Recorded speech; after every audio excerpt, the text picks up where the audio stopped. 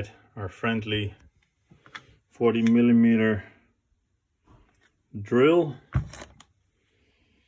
Created a 40mm hole, and in that we are supposed to fit this. That's in nicely. Only you get this, so you can actually put your finger through it and then activate the lock at the back. So that's good. So let's try it with the first drawer that we have, just to see if we can get this working. I'm a bit nervous because it's the first hole in the interior that we're going to saw, but these drawers actually slide open if you are on the sill and it's going a little bit too rough. So yeah, we need to do something on that, and I think this is the best solution. So let's see. So these are out. Now the big trick is there a color difference? Yeah, I would say yes, a little bit. And there are the 3 holes here. So I need to sand this down and then put the hole in. But I think I'm going to make the hole first so I can get rid of that one and then see how to do the others. Hey all, welcome back to another episode of Sailing Windrows, episode 17 already. In case you don't know me, I'm Jan, together with my partner Sasha and my son Steph. We really would like to go for a year of sailing. Planning to go maybe around Sweden, maybe around the Atlantic, maybe around the world. Who will know? 2 years and 11 months. We will find out. Well, we cast our lines and set out for the horizon. So, in the preparations of our trip, we take you along on YouTube, and this episode is about this preparation. When we bought the boat, sailed back, I found that all the drawers kept opening and the doors didn't stay closed. So I need to fix that. Also, I don't really had a good indicator of how much power all the consumers were using, so I bought a shunt for that. More on that later. Now first the drawers and the closet doors, and yeah, it starts with drilling holes, so always quite exciting. There we go.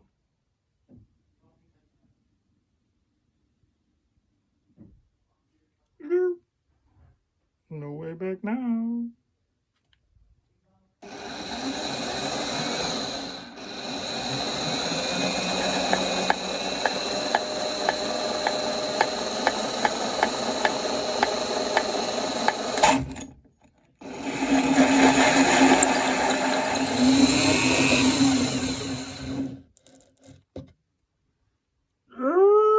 Giant hole! Oh my god.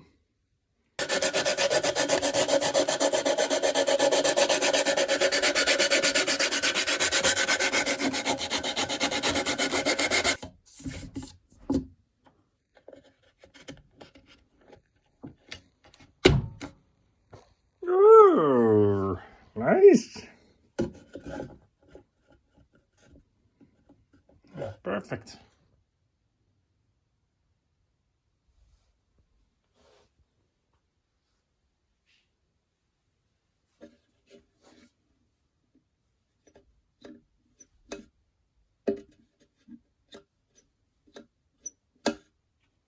That should work. Yeah, it worked.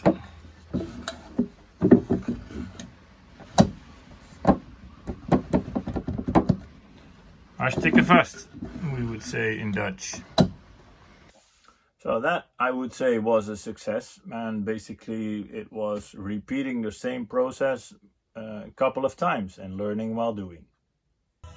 The beast has attacked again. Oh, another hole. This one is for the battery bank. Good. So this one is done. That one is done. Now I'm gonna go to this one. Okay, this is the most scary bit of drilling these new covered things.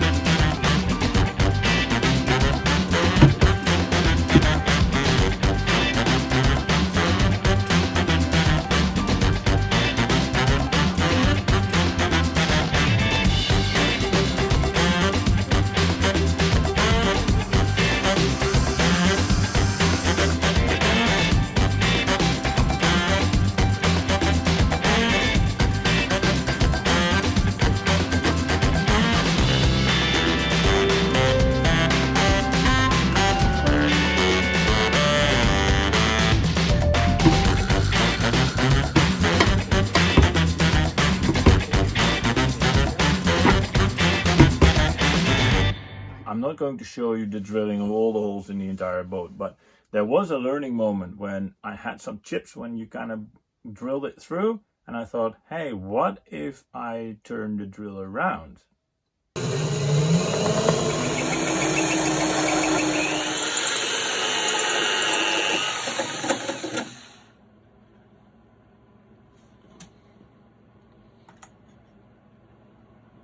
That was a good trick. Not go all the way, but go on both ends. That actually helps a lot of the breakage, how do you say that, of the wood. That's a good tip. Let's do that again. In the end, it's with anything in sailing, just keep making miles and just keep pushing. And then in the end, you will get there. So 1, 2, 3, 4, 5, 6,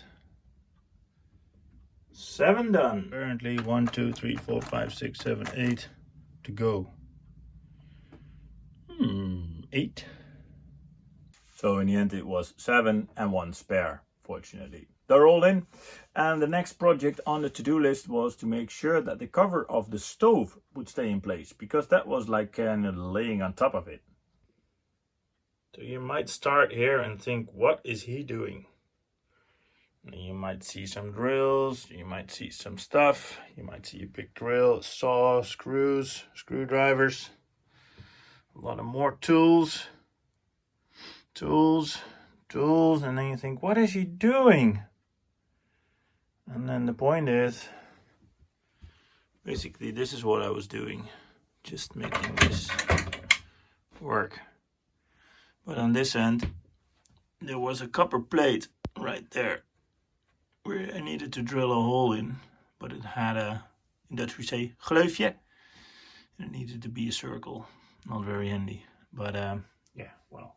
So with all the doors and lockers staying in place while under sail, the next project on the list was to install the battery monitor.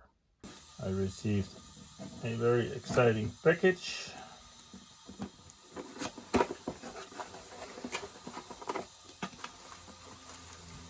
And it is the Victron Smart Shunt.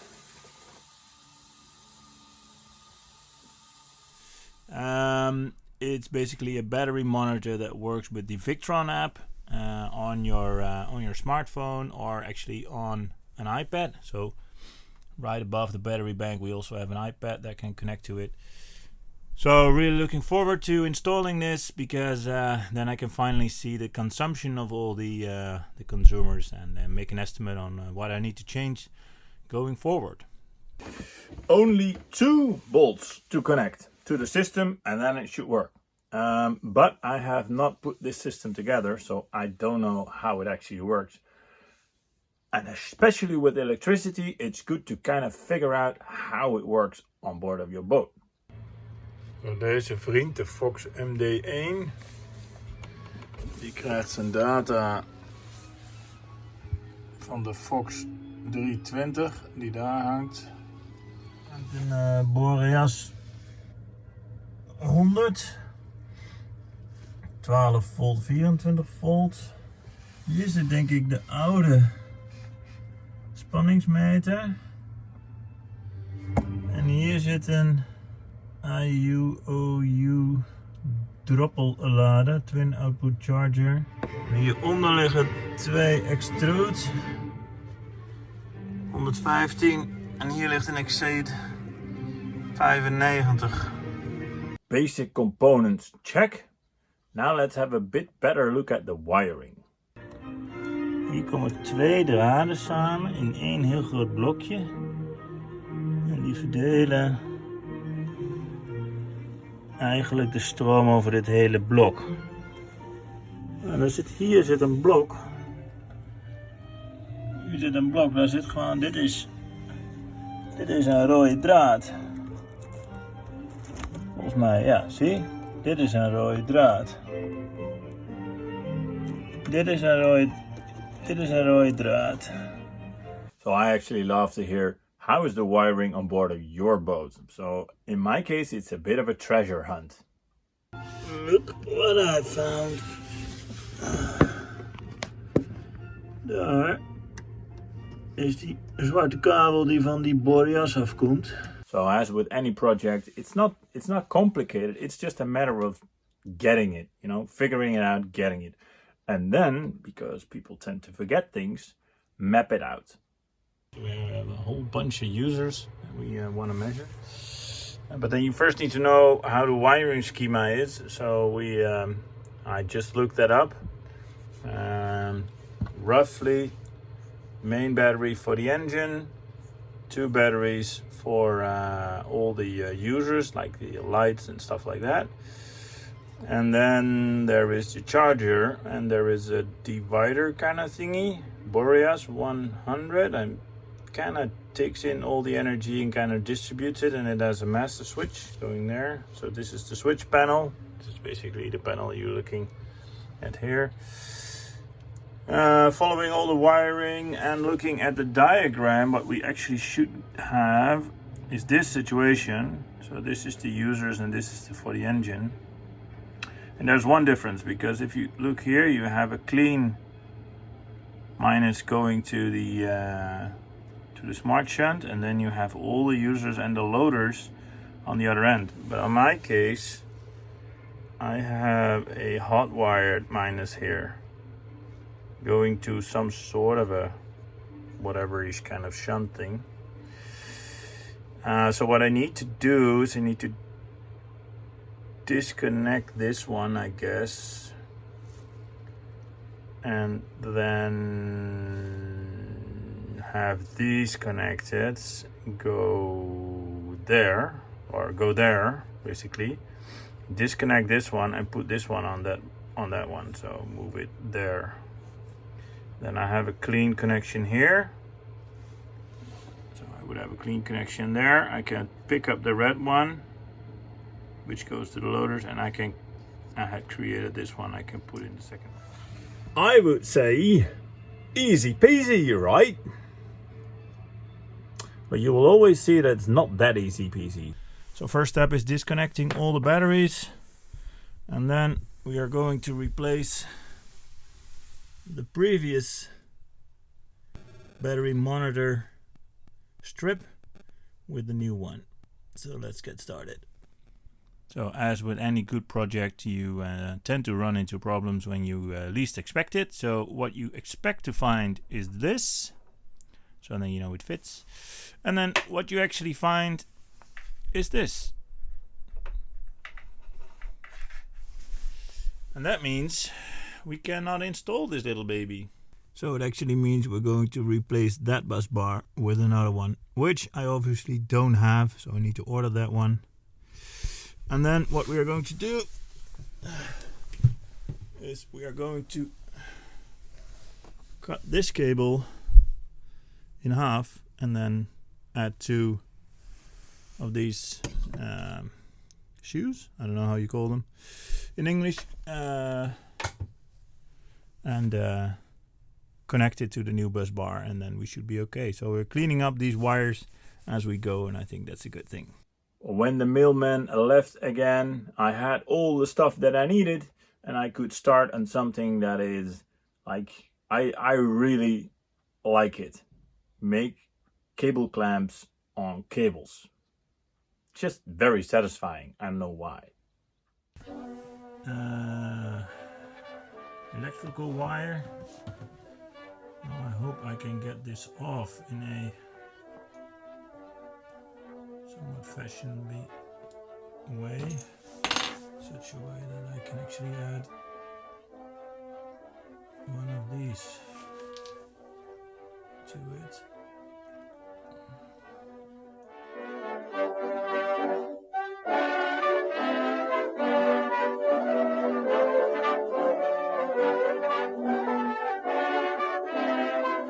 And it's always quite a fiddly process. It's also not 100% success, but I would say 98%, and I would even say 99% in this case. So let's open up the big man here. Put it to 35.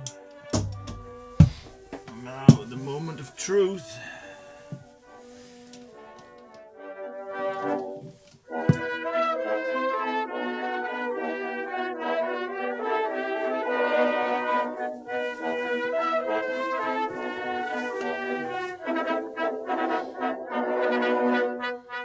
Or as they say in Dutch, de dood of the gladiolen. That was one. Let's do that again.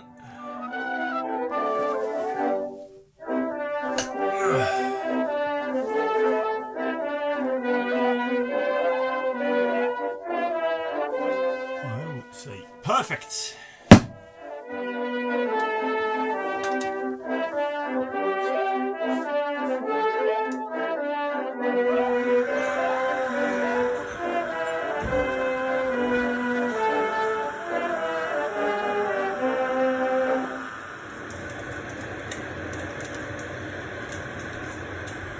Done.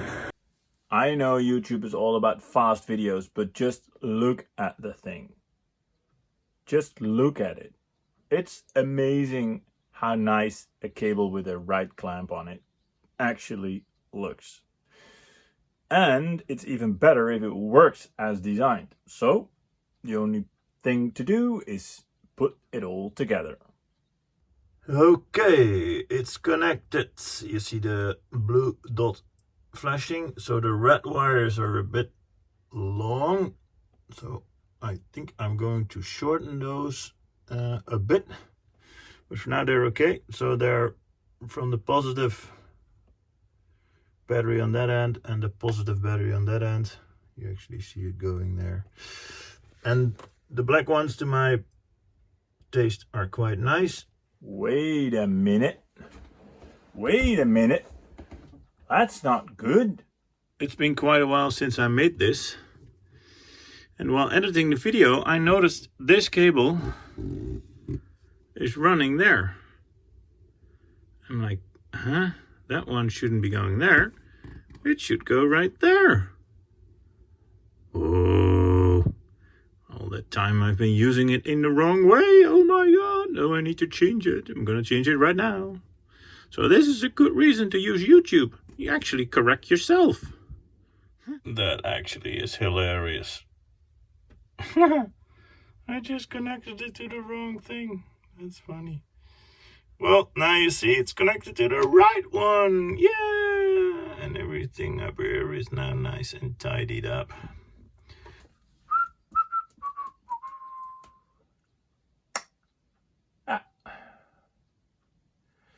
Shall we just continue? So I can now actually pick my other phone and see what happens if I connect to this little baby.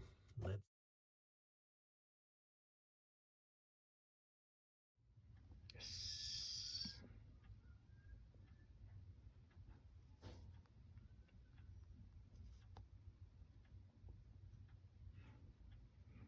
Yay, it works. We have about 2 lights on. One above the kitchen floor, one in the nav station. So I'm going to add some more lights here. Let's see what that does. Now we have basically all the lights in the saloon. Let's see what we're doing. We're drawing 1.74 amps. That's not too bad. Let's see what happens if I boot up or fire up the charger. There we go. 13 points. Where is that going? It's going up. Let's see, I'm drawing. It's now pushing amps. Angry pixels. Angry pixies, sorry, as Mats from Say Life tends to call it.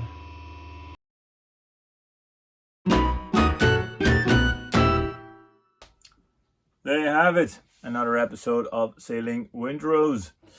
Happy with the result. Very functional upgrades, but very necessary updates as well. especially as I need to check if I need to upgrade my battery bank. And now with having all the consumers in, I can actually check the usage and calculate what we need in order to be on par. Besides that, the drawer fronts now stay in place, so not everything is on the floor after a sale, so that's also good.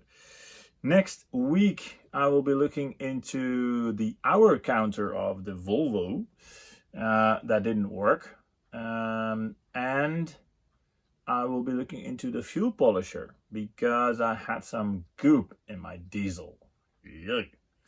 So hope to see you next time, and for now, stay safe, and yeah, thank you for watching. Oh, by the way, don't forget to like the video and subscribe if you haven't done so already. I'm heading towards the 1,000 subscribers, so quite exciting. So hit subscribe, like it, and leave a comment if you feel so. So looking forward to it. Thank you all. All right, there we go. 1, 2, 3.